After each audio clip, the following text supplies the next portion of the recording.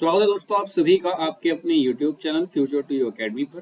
और आज जो हम स्टार्ट करने वाले हैं वो है हमारा क्लास 10 से एनसीईआरटी की किताब है और ज्योग्राफी आपका सब्जेक्ट है, उसका चैप्टर नंबर 1 हम स्टार्ट करने वाले हैं। चैप्टर का नाम है रिसोर्सेज एंड डेवलपमेंट।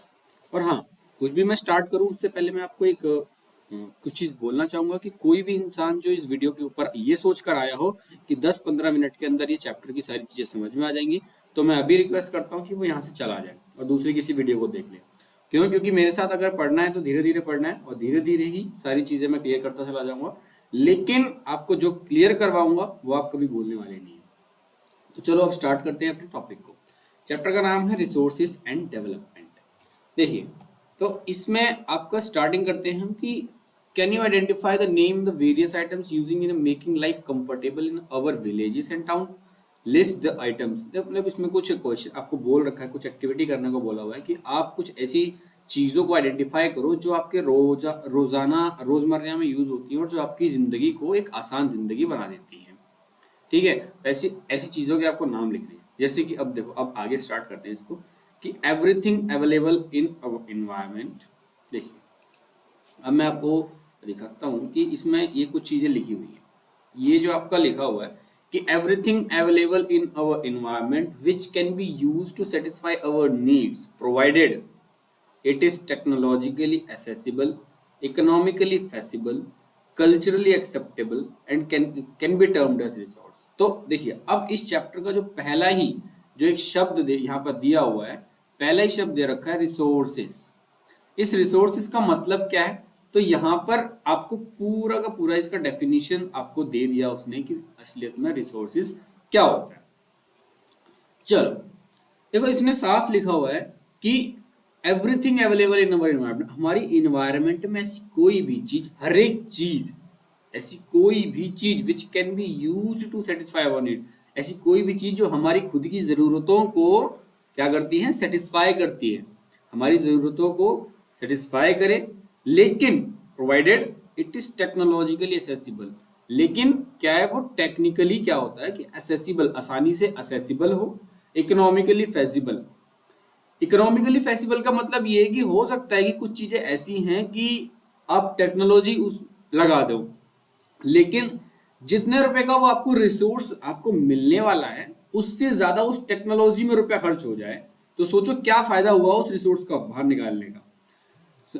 सोचो ऐसी जगह पर आप सोना निकाल रहे हो जहां पर कि उस सोने को निकालने में ही आपको पैसा ज्यादा लग जाएगा, निकालने से उस सोने की कीमत से ज्यादा आपको उस सोने को निकालने में, प्यूरिफाई करने में, रिफाइन करने में, इन सब चीजों में लग जाए, तो वो किसी मतलब का रिसोर्स नहीं रहा हमारा।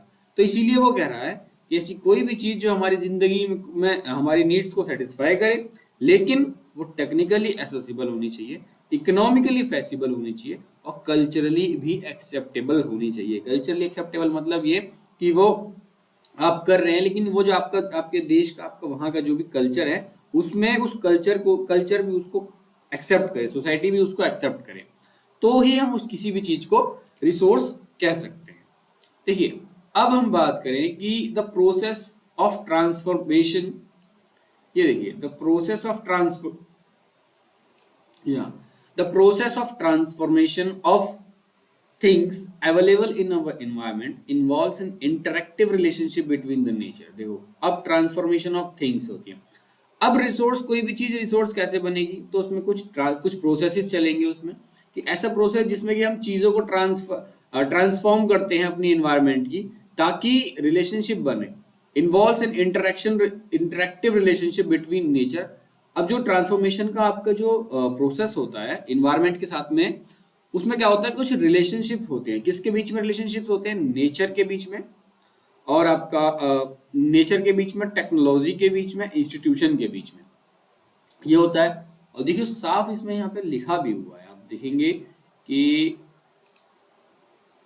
इसमें आप देखेंगे, देखो इसमें क्या लिखा? रिलेशनशिप बिटवीन नेचर, टेक्नोलॉजी और इंस्टीट्यूशन, तीनों चीजें हैं। तो इन सब चीजों के बीच में जो रिलेशन होता है और ट्रांसफॉर्मेशन का टाइम होता है, the process of transformation of things available in our environment involves. अब जो चीजों को ट्रांसफॉर्म करने का, जो हमारे इन्वायरमेंट में जो चीजें हैं उनको ट्रांसफॉर्म करने का जो प्रोसेस है, उसमें एक इंटरेक्टिव रिलेशनशिप होता है। किसके बीच में रिलेशनशिप होता है? नेचर के, टेक्नोलॉजी के, इंस्टीट्यूशन के। Human being interact with nature. Human being क्या करता है? नेचर के साथ में इंटरेक्ट करता है विद नेचर थ्रू टेक्नोलॉजी। अब नेचर के साथ वो इंटरेक्ट करता है, लेकिन क्या उस चीज में क्या कुछ ना कुछ पाथ तो होगा। वो पाथ होता है क्या? टेक्नोलॉजी। टेक्नोलॉजी के बिहाफ पे ह्यूमन बीइंग क्या करता है कि नेचर के साथ इंटरेक्ट करता है and create institution to accelerate their economic development. और जो एक इंस्टीट्यूशन बनाता है जिससे कि एक इकोनॉमिक डेवलपमेंट के लिए एक्सेलरेट की जाए इकोनॉमिक डेवलपमेंट को। ठीक है। Then do you think resources are free of gift, free gifts of nature? क्या आप मानते हैं कि, क्या आप सोचते हैं कि जो रिसोर्सेस हैं वो नेचर के द्वारा फ्री दिए हुए हैं, आपको गिफ्ट दिए हुए हैं? As it is assumed by many, they are not. लेकिन ऐसा नहीं है, नेचर ने आपको कोई गिफ्ट वगैरह नहीं दिया हुआ है। Resources are functions of human activities. Resources जो हैं वो ह्यूमन एक्टिविटीज का फंक्शन है।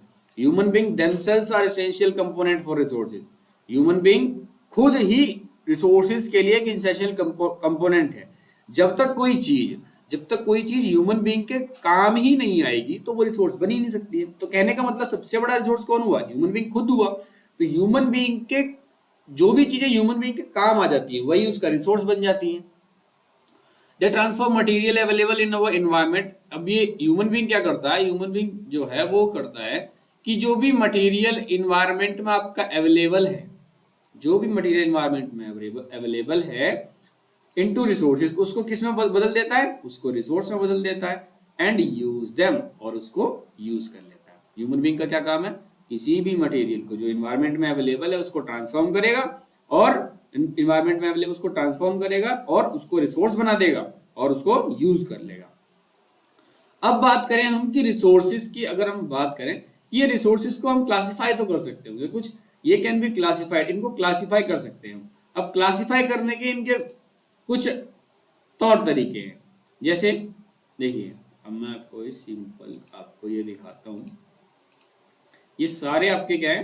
ट्रांसफॉर्म करने। देखिए, अब चार तरीके से हम इसको डिवाइड कर सकते हैं। क्लासिफिकेशन इनकी होती है चार तरीके से।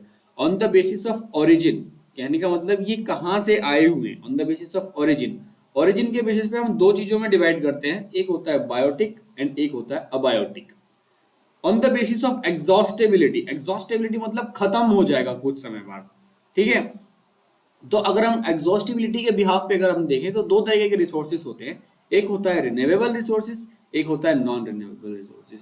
जो भी मैं शब्द बोल रहा हूँ ये सारे के सारे आपने छोटी क्लासेस में पढ़े होंगे, इन शब्दों को सबको आपने सुना हुआ है। और बायोटिक भी आपने पढ़ा होगा, अबायोटिक भी आपने सुना होगा, रिन्यूएबल और नॉन रिन्यूएबल। फिर आता है ओनरशिप के बेसिस पे। On the basis of ownership we can divide the resources as individual, community, national and international. ठीक है। अगर ओनरशिप की बात करें हम, तो ओनरशिप में क्या होता है कि कोई भी चीज, कोई भी रिसोर्स या तो किसी एक इंसान का होगा, या फिर किसी एक समुदाय का होगा, या फिर किसी एक देश का होगा, या फिर इंटरनेशनल बाउंड्रीज में होगा। ठीक है। Then on the basis of status of development, अगर हम स्टेटस ऑफ डेवलपमेंट की बात करें तो ये जो रिसोर्स होते हैं ये आपके तीन चीजों में डिवाइड होते हैं, like potential, developed stocks and reserves. Potential, developed stocks and reserves. अब देखिए ये सारा का सारा आपको क्या है कि ये एक आपको ट्री डायग्राम बना के दे रखा है। इसमें देखिए रिसोर्सेज, रिसोर्सेज कितने प्रकार के होता है? एक नेचुरल रिसोर्स, एक ह्यूमन रिसोर्स। नेचुरल रिसोर्स में आपका आ गया renewable resource, non renewable resources. अब रिन्यूएबल में कौन से आ गए आपके? कॉन्टिन्यूअस और फ्लो। कॉन्टिन्यूअस और फ्लो, कॉन्टिन्यूअस और फ्लो मतलब विंड आ गया आपका और वाटर आ गया। देन बायोलॉजिकल रिसोर्सेज में अगर हम बात करें तो हमारे पास नेचुरल रिसोर्स आ गए, वाइल्ड लाइफ आ गई। ठीक है। और इधर नॉन रिन्यूएबल में अगर हम देखें तो रिसाइक्लेबल होते हैं कुछ, और कुछ होते हैं नॉन रिसाइक्लेबल।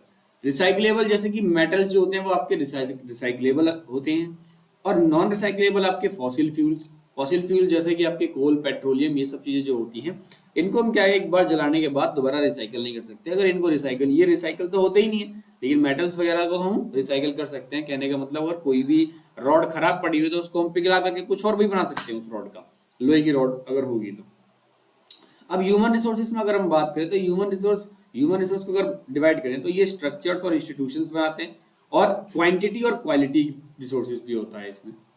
देन उसके बाद हम आगे चलते हैं कि अब टाइप्स ऑफ रिसोर्सेज को एकदम डीपली पढ़ेंगे, इसमें होता क्या है टाइप्स ऑफ रिसोर्सेज में। देखो टाइप्स ऑफ रिसोर्सेज हमने सबसे पहला पढ़ा था on the basis of origin. Origin के बेसिस पे दो तरीके के होते हैं, एक बायोटिक रिसोर्स, एक अबायोटिक रिसोर्सेज। बायोटिक रिसोर्सेज की अगर हम बात करें तो these are obtained from the biosphere. अब बायोटिक रिसोर्स कहाँ से मिलेंगे, ये मिलेंगे बायोस्फीयर से। ओके, अब बायोटिक रिसोर्सेज कहाँ से मिलेंगे आपको, बायोटिक रिसोर्सेज मिलेंगे बायोस्फीयर से। अब biosphere and have lives such as human beings, flora, fauna, fisheries, livestock, etc. अब बायोटिक रिसोर्सेज सारे के सारे बायोस्फीयर से मिलेंगे और सबके पास जिंदगी होती है। कहने का मतलब ये सारे लिविंग थिंग्स होते हैं। बायोटिक रिसोर्स सारे हमारे लिविंग्स होते हैं। जैसे एग्जांपल में आपका आ गया flora and fauna. Flora and fauna मतलब कि आपके पेड़ और पौधे, जानवर, ठीक। फिशरीज, लाइवस्टॉक, लाइवस्टॉक कहने का मतलब आपका आप भैंस रखते हैं, लोग भैंस पालते हैं, लोग गाय पालते हैं, तो ये सारी चीजें आती हैं हमारी लाइफ स्टॉक में आती हैं। देन फिशरीज, मछलियां जो लोग पालते हैं, ठीक, और मछलियों की कुछ लोग खेतियां भी करते हैं। फ्लोरा एंड फौना हो गया, ह्यूमन बीइंग खुद एक लिविंग बीइंग है, ठीक। देन अबायोटिक रिसोर्सेज की बात कर लेते हैं। अबायोटिक रिसोर्सेज सारे नॉन लिविंग होंगे। For example, if we talk about the abiotic resources, all those things which are composed of non-living things are called abiotic resources. For example, rock and metal. And if we talk about the rock and metal, these two are non-renewable resources. Sorry, these two are abiotic resources. मतलब दोनों के दोनों non living है, ठीक है। फिर उसके बाद हमने अपना अगला वाला जो पढ़ा था वो ये था कि on the basis of exhaustability. एग्जॉस्टेबिलिटी का मतलब होता है कि क्या कितने समय में खत्म हो जाए, मतलब ये ऐसा होता है, ये रिसोर्स वो रिसोर्स होते हैं कि एक टाइम बाद खत्म हो जाएंगे, चाहे वो रिन्यूएबल हो या नॉन रिन्यूएबल हो। अब रिन्यूएबल रिसोर्सेज है हमारे। रिन्यूएबल रिसोर्सेज क्या है कि दीज रिसोर्सेज, आप अगर रिन्यूएबल रिसोर्सेज की बात करो, देखो रिन्यूएबल रिसोर्सेज का आपका ये है, यहाँ पे अगर मैं बात करूं आपसे कि रिन्यूएबल रिसोर्सेज में हमारा क्या है कि the resources which can B renewed और रिप्रोड्यूस्ड फिजिकल, केमिकल और मैकेनिकल प्रोसेस। अब ऐसे रिसोर्सेज जिनको हम दोबारा रिन्यू या फिर रिप्रोड्यूस कर सकते हैं, ओके। अगर हम किसी भी रिसोर्स को दोबारा रिन्यू या फिर रिप्रोड्यूस कर सकते हैं, किस मेथड से, या तो फिजिकल मेथड होगा, या हमारा केमिकल मेथड होगा, या हमारा मैकेनिकल मेथड होगा। तो ये सारे के सारे रिसोर्स जो होते हैं इनको हम रिन्यूएबल रिसोर्स कहते हैं या फिर रिप्लेनिशेबल रिसोर्सेज भी कहते हैं। For example, if we talk about the resources in the renewable resources, तो एग्जांपल इसके हो सकते हैं solar and wind energy. Solar energy हो सकती है, विंड एनर्जी हो सकती है, water forest and wildlife etcetera. ये सारी चीजें भी हमारी नॉन रिन्यूएबल रिसोर्सेज में आती हैं। The renewable resources may further be divided into the continuous और flow, okay? जो renewable resource होते हैं इनको भी हम आगे डिवाइड कर सकते हैं continuous में और flow में। continuous में और flow में, continuous और flow में जैसे flow वाले वो होते हैं, जैसे water हो गया आपका, ये flow वाला होता है। फिर होता है आपका नॉन रिन्यूएबल। ऐसे रिसोर्सेज, अब ये नॉन रिन्यूएबल की अगर हम बात करें तो दीज रिसोर्सेज अगर इनकी बात करें तो these occurs over a very long geological time. ये सारे के सारे क्या हैं कि बहुत ही समय बाद बनते हैं, इनको बनने में ही करीब लाखों करोड़ों साल लग जाती है। इन रिसोर्सेज को बनने में लाखों और करोड़ों साल लग जाती है, इसीलिए हम बोलते हैं कि इन ये रिसोर्स जो हैं नॉन रिन्यूएबल है। क्यों? क्योंकि एक इंसान की जिंदगी के मुताबिक तो ये कभी रिन्यू ही नहीं होंगे। बट एक इंसान कितना जी लेगा, ज्यादा ज्यादा 100 साल जी लेगा, लेकिन 100 साल में तो इनका कुछ नहीं होने वाला ना, 100 साल में ये रिन्यू होंगे ही नहीं। इनको तो रिन्यू होने के लिए ही करीब करीब हजारों करोड़ों लाखों साल लग जाती हैं। तो इसलिए इनको बोलते हैं नॉन रिन्यूएबल रिसोर्सेज, और इसीलिए ज्यादातर ध्यान दिया जाता है कि रिसोर्सेज को बड़े ही ध्यान से यूज किया जाए। ताकि क्यों? क्योंकि ये जो है नॉन रिन्यूएबल होते हैं, इनको हम दोबारा बना नहीं सकते। They can not be reproduced again और द रिन्यूड अगेन।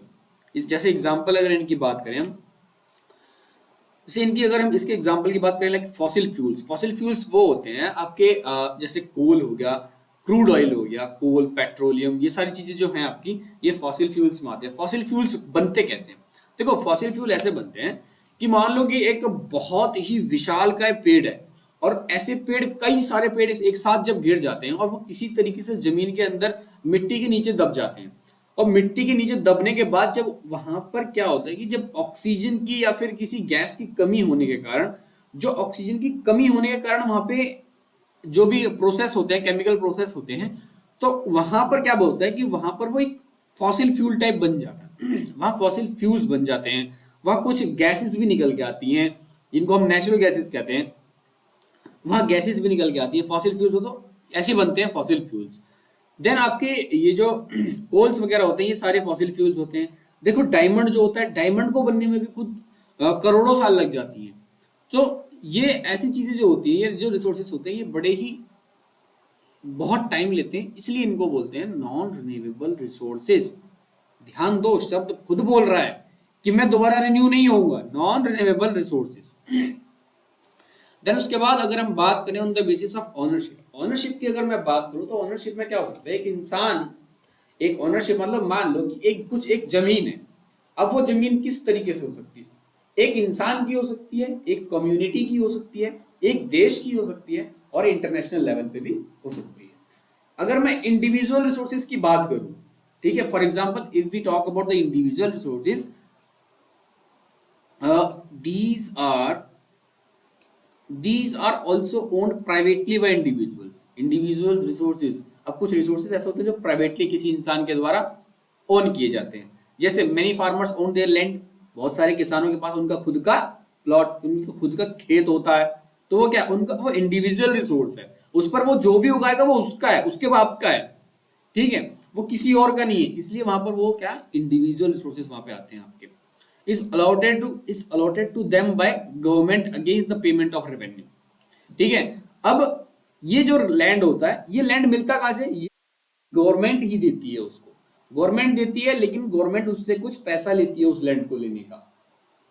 और जो जिसे बोलते हैं ना, कभी भी खेत की रजिस्ट्री होती है, खेत की रजिस्ट्री, प्लॉट की रजिस्ट्री, ये सारी रजिस्ट्रीज होती है। ये कौन रजिस्ट्री, ये हमको, ये उसमें क्या लिखा होता है कि ये जितना भी प्लॉट है इस जगह पर है, ये मैं इस फलाने आदमी को दे रहा हूं और इतने सालों के लिए दे रहा हूं, ऐसा कुछ लिखा होता है उसमें, और उसके एवज में इतना पैसा इससे ले रहा हूं, ऐसा कुछ लिखा होता है। तो पैसा वगैरह का सारा सीन होता है। कहने का मतलब ये है कि हमारे ही देश की जमीन जो होती है, गवर्नमेंट हमको बेचती है और हम उसको खरीदते हैं। Then in villages there are people with land ownership, but there are many who are landless। अब क्या है कि गांव में बहुत से तो होते हैं ऐसे जिनके पास भी बहुत सारी खेती होती है, कुछ ऐसे होते हैं कि लैंडलेस, उनके पास कुछ है ही नहीं। Like urban peoples have plot, गांव वालों के पास खेत होते हैं और शहर वालों के पास प्लॉट होते हैं।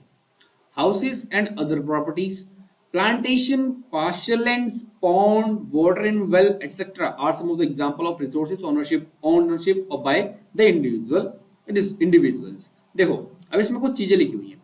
प्लांटेशन, पास्चर लैंड क्या होता है? चरागाह होता है। पॉन्ड, वाटर वेल, ये सारी चीजें क्या है, ये इंडिविजुअल भी इसको ओन कर सकता है। अब देखो फर्क होता है, आप कभी गांव गए हो तो आपने देखा हो, एक सरकारी नल होता है, एक घर का नल होता है। घर के नल पे हर एक इंसान नहीं आ सकता, लेकिन सरकारी नल पे हर एक इंसान जाकर के पानी पी सकता है, भर सकता है अपनी, चाहे वो नहाए, खाए, चाहे कुछ भी करे। ठीक है, क्यों? क्योंकि वो सरकारी नल है, वो किसी ने खरीदा नहीं है, वो सरकार ने लगाया, वो सबके लिए लगाया है। ठीक है, इसके बारे में इसको और थोड़ा क्लियर करूंगा जब मैं इसको आगे, अभी कम्युनिटी ऑन रिसोर्स पे पढ़ेंगे हम, तब देखिए। Then for example if we talk about ownership of the individuals, make a list of resources। अब ऐसे रिसोर्सेज, इंडिविजुअल रिसोर्सेज की आपको लिस्ट बनानी, इसमें ऐसा बोला हुआ है। फिर कम्युनिटी ओन्ड रिसोर्सेज की अगर मैं बात करूं, देखिए, अगर मैं कम्युनिटी ओन्ड रिसोर्सेज की बात करूं तो these there are resources which are accessible to all the members of community, villages, commons, village commons, grazing ground, burial ground, village pond, public parks, picnic spots, playground in urban areas are de facto accessible to all the people living there। अब सुनिए, community resources की हम बात कर लेते हैं। These are the resources which are accessible to all the members of the community. अब एक समुदाय, कहने का मतलब एक अपार्टमेंट है और उस अपार्टमेंट के जस्ट सामने क्या है कि एक पार्क बना के रखा हुआ है। अब उस अपार्टमेंट का हर एक इंसान उस पार्क में आके बैठ सकता है। कोई फालतू में चौधरी नहीं बन सकता कि हाँ भाई तुम यहाँ पे नहीं बैठोगे, यहाँ पे सिर्फ हम बैठेंगे। क्यों? क्योंकि वो पूरी की पूरी अपार्टमेंट का है। तो कहने का मतलब वो कम्युनिटी का है, तो सारे के सारे लोग वहां पे आके उसको यूज कर सकते हैं, वहां बैठ सकते हैं, लौट सकते हैं, खा सकते हैं, पी सकते हैं, कुछ भी वहां कर सकते हैं वो लोग। ठीक, तो ऐसे रिसोर्सेज जो होते हैं ना, उनको हम बोलते हैं कम्युनिटी ओन्ड रिसोर्सेज। जैसे एग्जांपल, अब हम गांव में अगर हम बात करें तो गांव के क्षेत्र में क्या होता है, ग्रेजिंग ग्राउंड। ग्रेजिंग ग्राउंड मतलब चरागाह, जहां पर सारे सारे पशु क्या है, चरते हैं, तो ये चरागाह होता है। एक होता है बरियल ग्राउंड। बरियल ग्राउंड कहने का मतलब दफनाने का, जो आपका ये जो कुछ शमशान होता है, शमशान और कब्रिस्तान, ये बरियल ग्राउंड में आ गए आपके दोनों के दोनों। कब्रिस्तान एक हो गया और शमशान एक हो गया, तो ये भी क्या है, ये कम्युनिटी ओल्ड होते हैं और ओन्ड होते हैं। अब कहीं पर आपका कब्रिस्तान है तो हो सकता है कि पर्टिकुलर एक कम्युनिटी के लोग वहां जाकर के अपनी लोगों की बॉडी लेके जाएं और वहां दफनाएं। और हो सकता है कहीं शमशान है तो शमशान में क्या है कि कुछ पर्टिकुलर कम्युनिटी के लोग लेके जाएं और अपनी जो उनकी बॉडी है उसको जाके जलाएं। तो कहने का मतलब ये ऐसे रिसोर्सेज जो होते हैं ये सारे कम्युनिटी ओन्ड रिसोर्सेज होते हैं। देन उसके बाद इफ यू टॉक अबाउट एक और एग्जांपल देखा, विलेज पॉन्ड का दे रखा। गांव का कुआं जो होगा उस पर फालतू में कोई चौधरी नहीं बनेगा। क्यों? क्योंकि वो गांव का कुआं है, किसी के घर में नहीं लगा, किसी के आंगन में नहीं लगा, आंगन में नहीं खुदा हुआ, वो पूरे गांव का है, इसीलिए सारे के सारे लोग यूज करेंगे। इसीलिए ऐसे रिसोर्सेज जितने भी ऐसे रिसोर्सेज होते हैं जिनको पूरी की पूरी कम्युनिटी यूज करती है, वो सारे के सारे किस में आते हैं, कम्युनिटी ओन्ड रिसोर्सेज में आते हैं। एक पब्लिक पार्क हो गए, ये भी क्या कम्युनिटी ओन्ड में आ गया। पिकनिक स्पॉट्स जो होते हैं वो भी picnic spots, playgrounds in the urban areas में जो प्लेग्राउंड होते हैं, ये सारे के सारे हर एक इंसान इनको यूज कर सकता है, पूरी कम्युनिटी इनको यूज कर सकती है। कोई माइकल लाल रोक नहीं सकता कि हाँ भाई तुम यहाँ नहीं, कुछ भी इसको यूज नहीं कर सकते।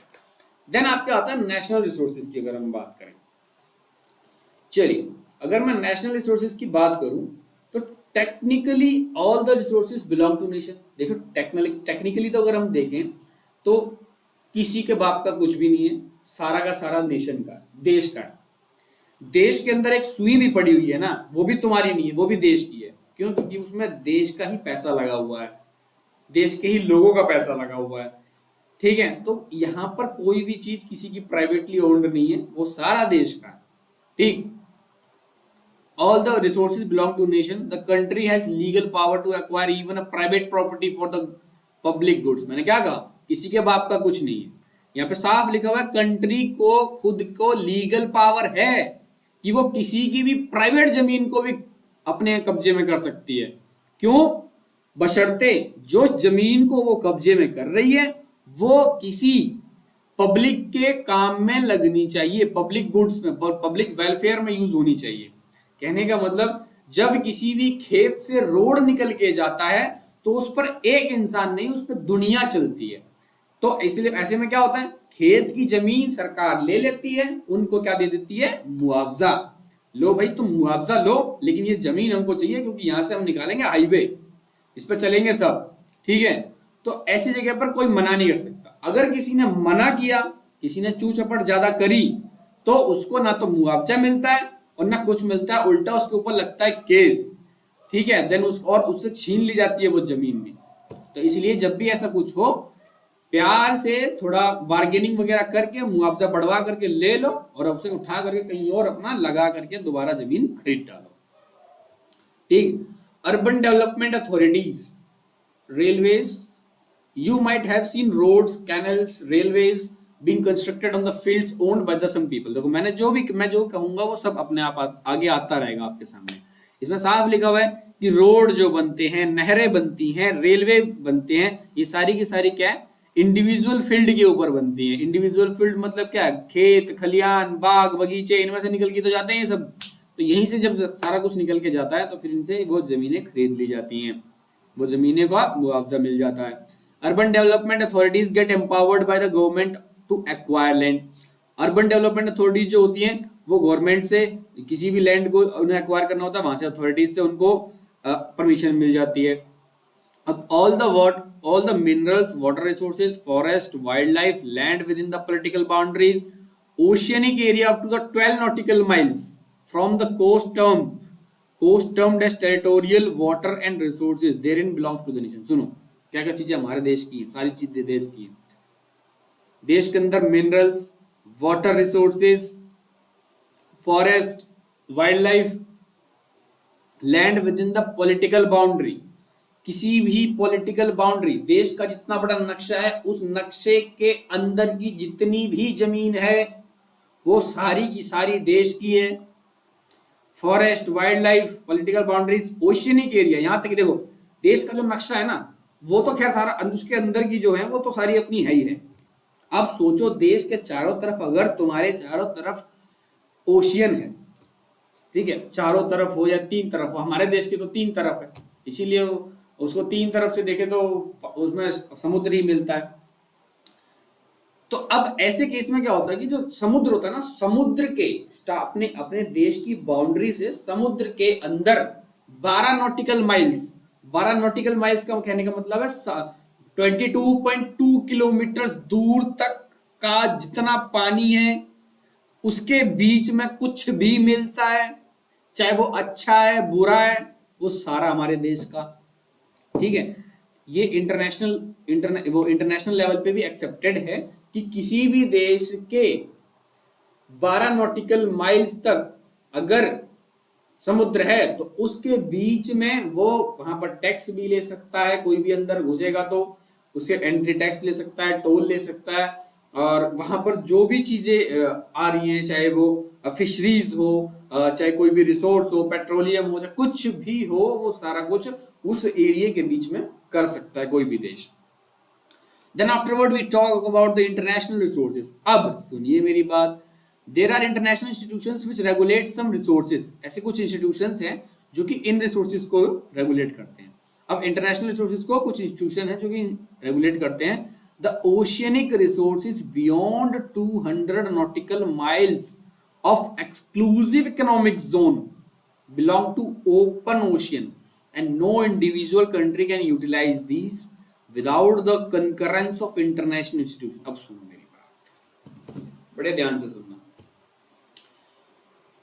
देश के बाउंड्री से 200 नॉटिकल माइल्स अंदर चले जाओ, कहां, देश के अंदर नहीं आना है, किधर जाना है, ओशियन की तरफ जाना है। 200 नॉटिकल माइल्स ओशियन की तरफ चले जाओ।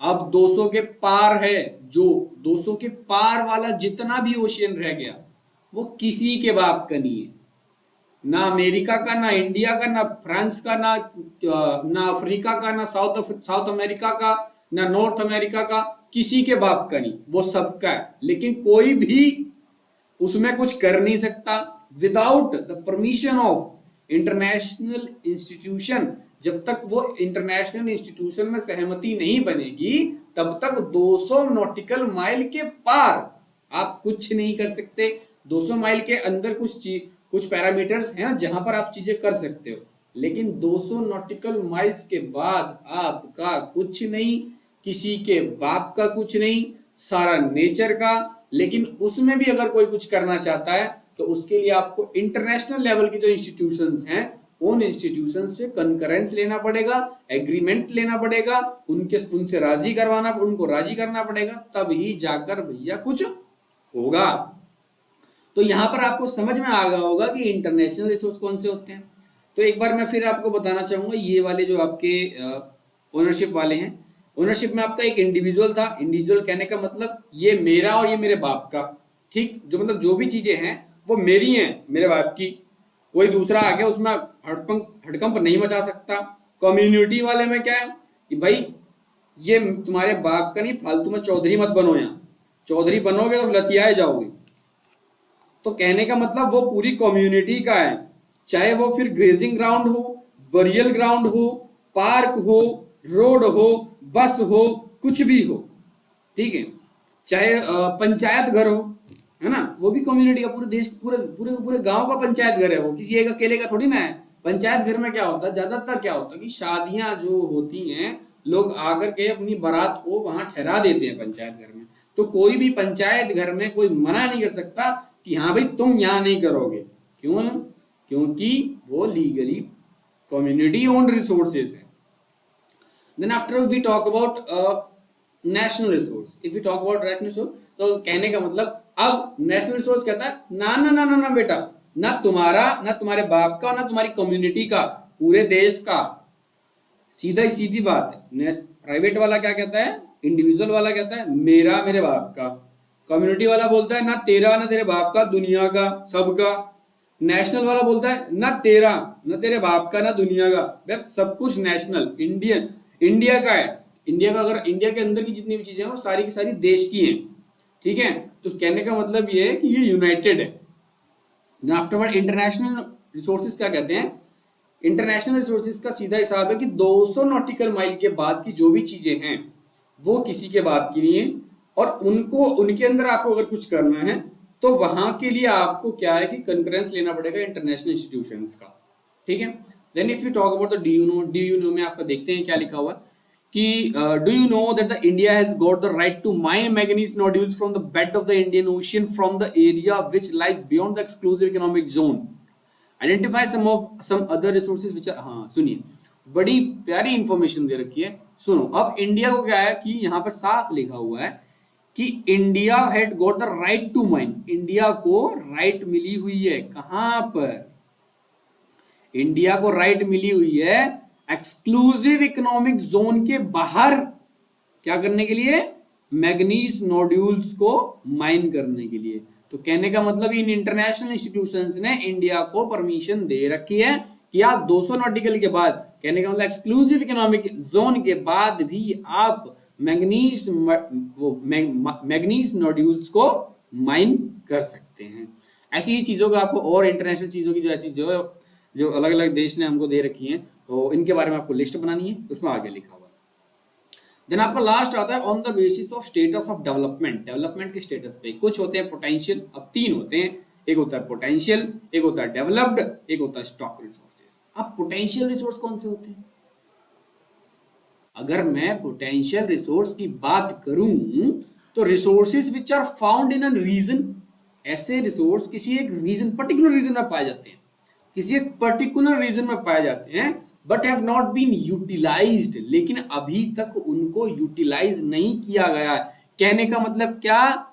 फिर सबसे प्यारा एग्जांपल, सबसे प्यारा, सूरज की किरणें, solar energy.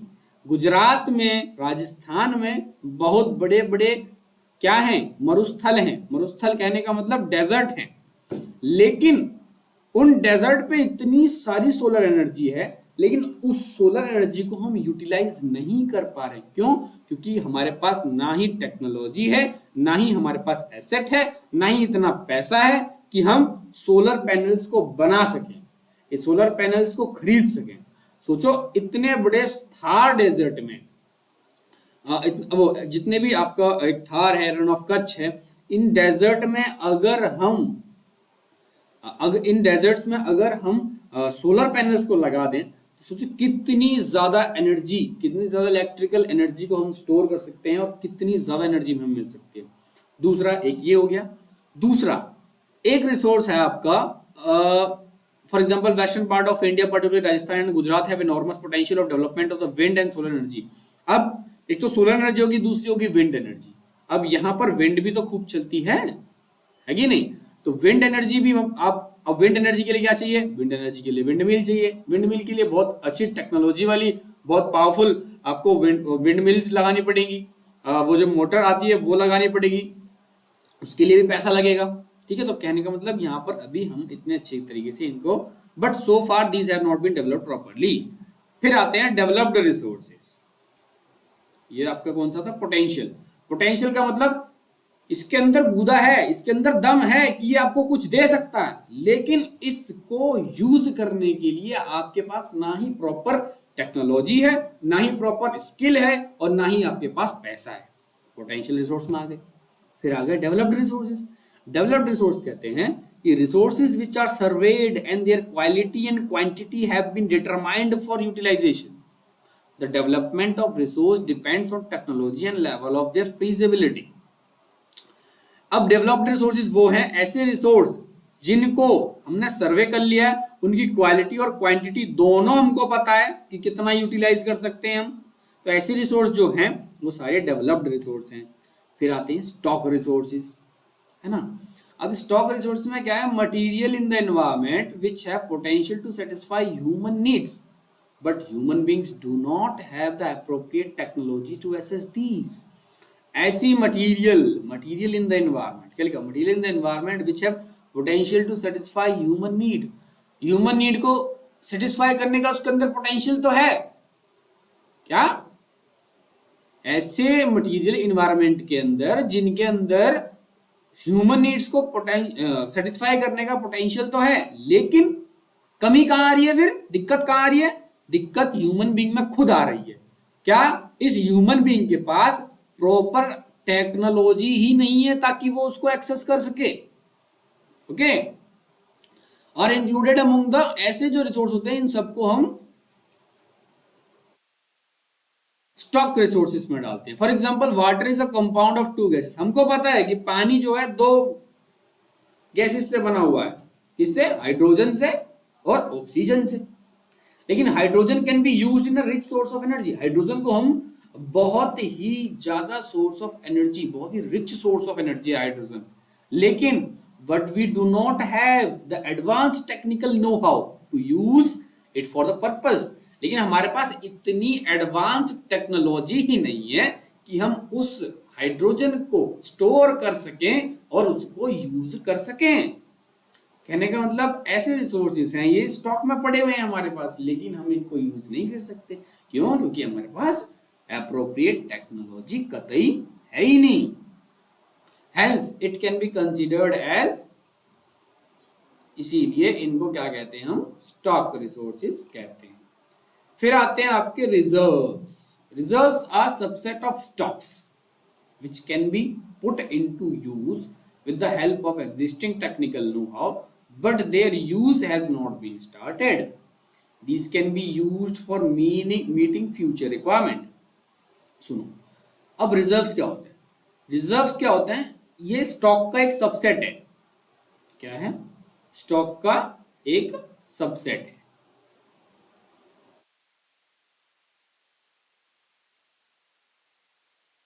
Reserves are subset of stock which can be put into the use with the help of existing technical know-how.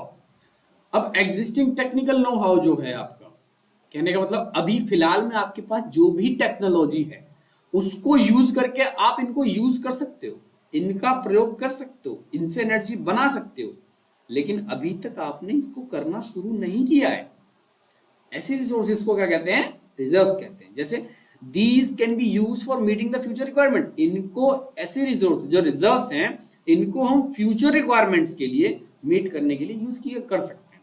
जैसे river water can be used for generating hydroelectric power, but presently it is being utilized only to the limited extent. जैसे कि river का water जो है उसको हम hydroelectric power plant में use कर सकते हैं ताकि बिजली बन सके, लेकिन अभी हम उसको इतने बड़े लेवल पे नहीं यूज कर रहे हैं, इतने बड़े लेवल पे हम उससे बिजली नहीं बना रहे हैं। Thus, the water in a dams, forest, etc. is a reserve. इसीलिए जो वाटर आपका डैम में है, फॉरेस्ट में है, तो वो क्या है, एक रिजर्व है which can be used in the future, जिसको हम फ्यूचर में यूज कर सकते हैं। तो देखो दोस्तों, आज के लिए हम इतना ही रखेंगे और आगे हम पढ़ने वाले हैं डेवलपमेंट ऑफ रिसोर्सेज। उसे हम अगली वीडियो में देखेंगे कि रिसोर्स का डेवलपमेंट किस तरीके से होता है।